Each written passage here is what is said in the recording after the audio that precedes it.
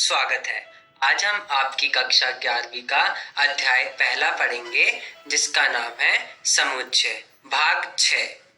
आज हम इस वीडियो में पढ़ेंगे समुच्चय पर संक्रियाएं और समुच्चय का पूरक।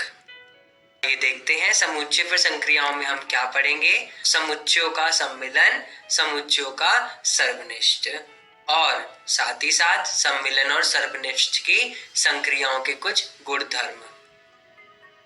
आइए जानते हैं समुच्चयों का सम्मिलन किसे कहते हैं।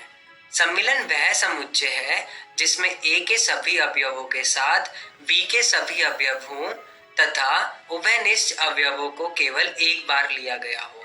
यू का प्रयोग सम्मिलन को निरूपित करने के लिए किया जाता है। मतलब हमारे पास एक समुच्चय है A और एक समुच्चय है B।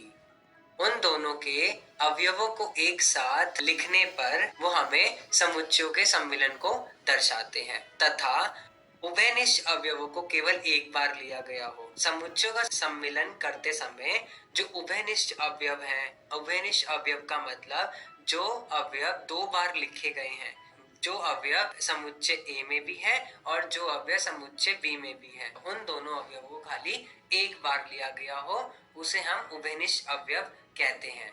और हम लोग सम्मिलन को निरूपित करने के लिए इस साइन का प्रयोग करते हैं। ओके दोस्तों, आइए उदाहरण के माध्यम से जानते हैं।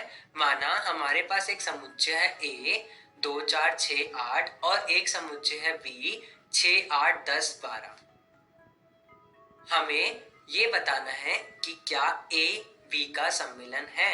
हमने A के और B के समुच्चयों के अवयवों को एक साथ लिखा और हमें क्या ज्ञात हुआ, समुच्चयों का सम्मिलन, जो क्या थे 2 4 6 8 10 और 12।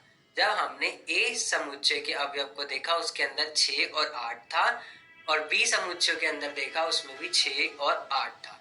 ये हमारे कौन से अवयव हो गए, उभयनिष्ठ अवयव। हमें क्या करना था, उभयनिष्ठ अवयवों को खाली एक बार लिखना था।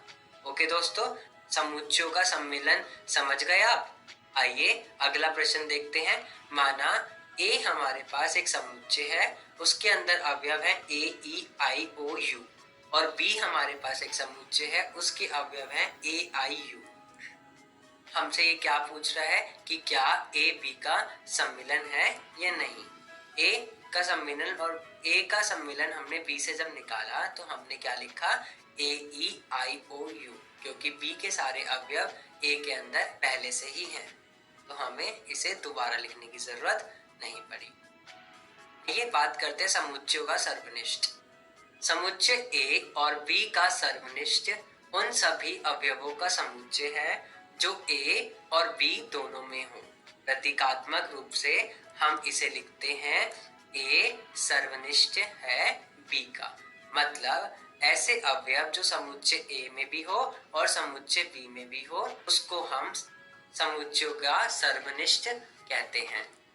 ये उदाहरण के माध्यम से जानते हैं। माना हमारे पास एक A समुच्चय है, उसके अंदर अवयव है A E I O U और एक समुच्चय है B, उसके अंदर अवयव है A I U। हमें ये देखना है दोनों समुच्चयों में कि ऐसे कौन से अवयव हैं जो दोनों में हैं। A है दोनों में, यस, I भी दोनों में है और U भी दोनों में है, तो हमारा A का सर्वनिष्ठ B क्या होगा, A I U। ओके दोस्तों, आइए सम्मिलन की संक्रियाओं के कुछ गुणधर्म की बात करते हैं। पहला, A सम्मिलन अगर B से है तो B सम्मिलन A के बराबर होगा।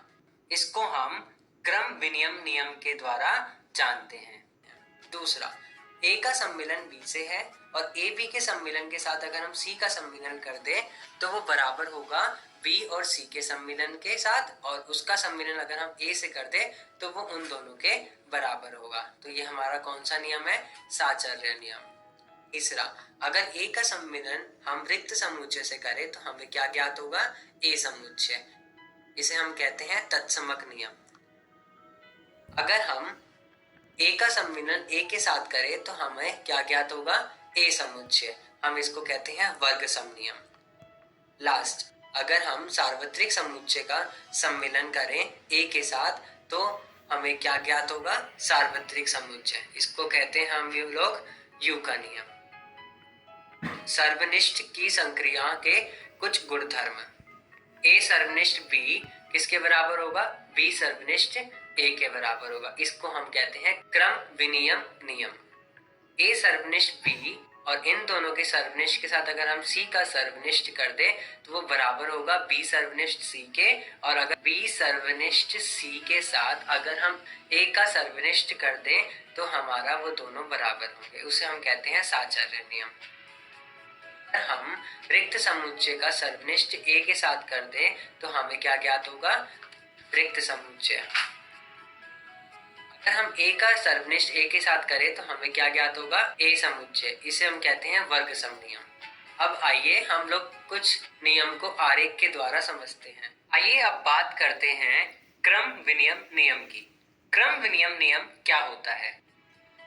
अगर हमें ए सम्मिलन बी और बी सम्मिलन ए दोनों को बराबर दर्शाना है तो हम कैसे दिखाएंगे?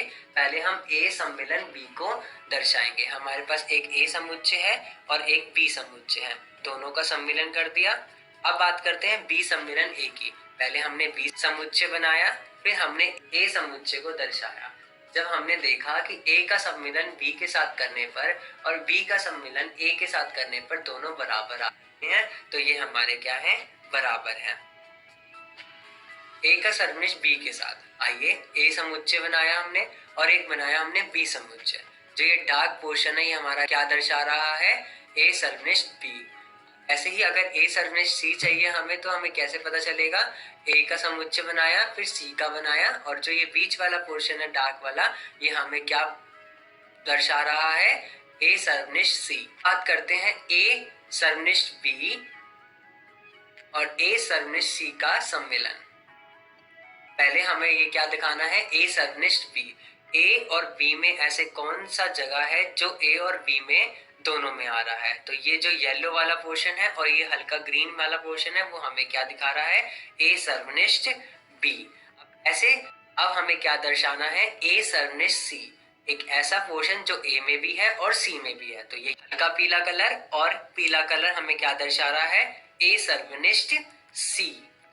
हमें इन दोनों का सम्मिलन दर्शाना। अगर हमें दोनों के सम्मिलन को दर्शाना है तो सारी जगह आ जाएगी जहां पे हमने कलर किया हुआ है। जैसे ये सारी जगह ये हमारी क्या दर्शाएंगी? ए सर्वनिष्ठ बी और ए सर्वनिष्ठ सी के सम्मिलन को। ओके दोस्तों, आइए अब बात करते हैं समुच्चय का अंतर क्या होता है। माना हमारे पास एक ए समुच्चय है 1 2 3 4 5 6 और एक समुच्चय है बी 2 4 6 8। हमें ज्ञात करना है क्या a माइनस बी क्या होगा? कि a माइनस बी, a समुच्चय को अगर हम b में से घटा दें तो हमें क्या ज्ञात होगा? जब हमने एक समुच्चय के अंदर से b के समुच्चय के अवयवों को हटाया तो हमें ज्ञात हुआ 1 3 और 5। ऐसे a के समुच्चय कौन कौन से थे? 1 2 3 4 5 6। b समुच्चय के अवयव कौन कौन से थे? 2 4 6 और 8। जब हमने बी समुच्चय के अवयव 2 4 6 8 हटाए ए समुच्चय में से तो हमें क्या ज्ञात हुआ? 1 3 और 5। ओके दोस्तों, अवयव 1 2 3 समुच्चय ए में है किंतु बी में नहीं है तथा बी को अगर हम ए से घटाएंगे तो समुच्चय 8 ए में नहीं है तो हमारे पास क्या बचेगा? अवयव 8। आइए बात करते हैं समुच्चय का पूरक, जिसको हम इंग्लिश में कॉम्प्लीमेंट ऑफ सेट कहते हैं। यदि ए सार्वत्रिक समुच्चय U का एक उपसमुच्चय है तो इसका पूरक ए भी U का एक उपसमुच्चय होता है। और हम इसको कैसे दर्शाते हैं? ए पूरक के द्वारा। हम ये भी कह सकते हैं कि ए में U पूरक है। अगर हमारे पास सार्वत्रिक समुच्चय है 1 2 3 4 5 6 7 8 9 10, हमारे पास एक ए समुच्चय है जिसके अवयव है 1 3 5 7 9, तो हमारा ए पूरक कैसे निकालेंगे? हम ए यू में से सार्वत्रिक समुच्चय में से ए के समुच्चय को घटा देंगे। 1 घटाया, 3 घटाया, 5 घटाया, 7 घटाया, 9 घटाया, तो हमारे पास क्या ज्ञात हुआ? 2 4 6 8 और 10। 6 4 ये 2 4 6 8 और 10 हमारे क्या हो गया? ए का पूरक। आइए इसको हम लोग चित्र के अनुसार समझते हैं। हमारे पास एक ए समुच्चय है 1 3 5 7 9 और हमारे पास एक सार्वत्रिक समुच्चय है 1 2 3 4 5 6 7 8 9 10। इसमें से जब हमने सार्वत्रिक समुच्चय को चित्र में दर्शाया तो हमने वो सारे अवयव नहीं लिखे जो ए समुच्चय में थे। तो हमारे पास कौन कौन से अवयव बच गए? 2 4 6 8 और 10। तो ये हमारे क्या हो जाएगा? ये सारा लाल वाला भाग क्या हो जाएगा हमारा? ए पूरक। 2 4 6 8 और 10। पूरकों के कुछ गुणधर्म की बात करते हैं बच्चों। द्विपूरक नियम। द्विपूरक नियम क्या होता है? अगर हम ए पूरक का एक बार और पूरक कर दे तो हमें क्या ज्ञात होगा? ए समुच्चय। दूसरा, हमारा रिक्त समुच्चय यू पूरक के बराबर होता है और यू पूरक हमारा रिक्त समुच्चय के बराबर होता है। और तीसरा, अगर हम लोग ए का सर्वनिष्ठ बी के साथ करें और उनका पूरक कर दें तो हमें क्या ज्ञात होगा? ए पूरक और बी पूरक का सम्मिलन। पूरक नियम। पूरक नियम हमारा क्या होता है? अगर हम ए का सम्मिलन ए पूरक के साथ करें तो हमें सार्वत्रिक समुच्चय ज्ञात होगा और अगर हम ए का सर्वनिष्ठ ए पूरक के साथ करें तो हमें रिक्त समुच्चय ज्ञात होगा। डी मॉर्गन्स नियम क्या कहता है? ये कहता है कि अगर हम ए का सम्मिलन बी उन दोनों का पूरक बराबर होगा हमारे ए के पूरक के बराबर और सर्वनिष्ठ बी पूरक के बराबर। दूसरा, ए सर्वनिष्ठ बी का अगर हम पूरक करते हैं तो हमें ए पूरक सम्मिलन बी पूरक ज्ञात होगा। आज हमने इस वीडियो में क्या सीखा दोस्तों? समुच्चय का सम्मिलन, समुच्चय का सर्वनिष्ठ, सम्मिलन और सर्वनिष्ठ की संक्रियाओं के कुछ गुणधर्म, समुच्चय का पूरक और पूरकों के कुछ गुणधर्म। अगर आपको और विस्तार से जानना है तो आप अपनी एनसीईआरटी की कक्षा 11वीं की बुक का भी प्रयोग कर सकते हैं। धन्यवाद दोस्तों।